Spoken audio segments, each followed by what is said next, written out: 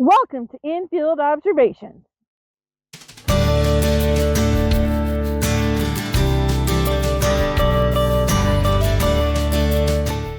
So in a previous video, I talked about how do we prevent a fire from happening on our machine.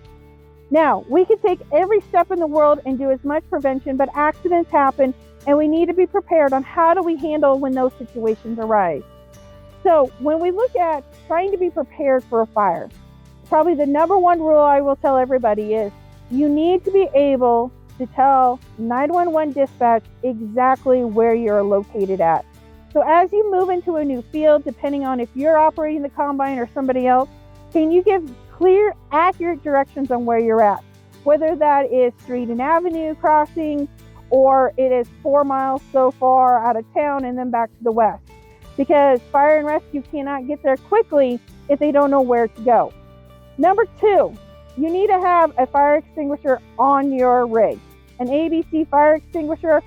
If you can, use the fire extinguisher, get it going, and try to get that fire out. However, never put yourself at risk if you're at a really dangerous point. Other things we can look at. Do you have a disc hooked up on a tractor nearby? So if a fire does start, we can put that fire barrier out there. Or the other option is, do you have an alternative water source that is available? In this video, as you can see, we have a water tank that is available at the field. So if we do get a spark, we're able to get some water. We can slow down that fire altogether. By taking those steps, you can actually prevent a lot of disaster from happening on your operation when those terrible situations occur and fire does start.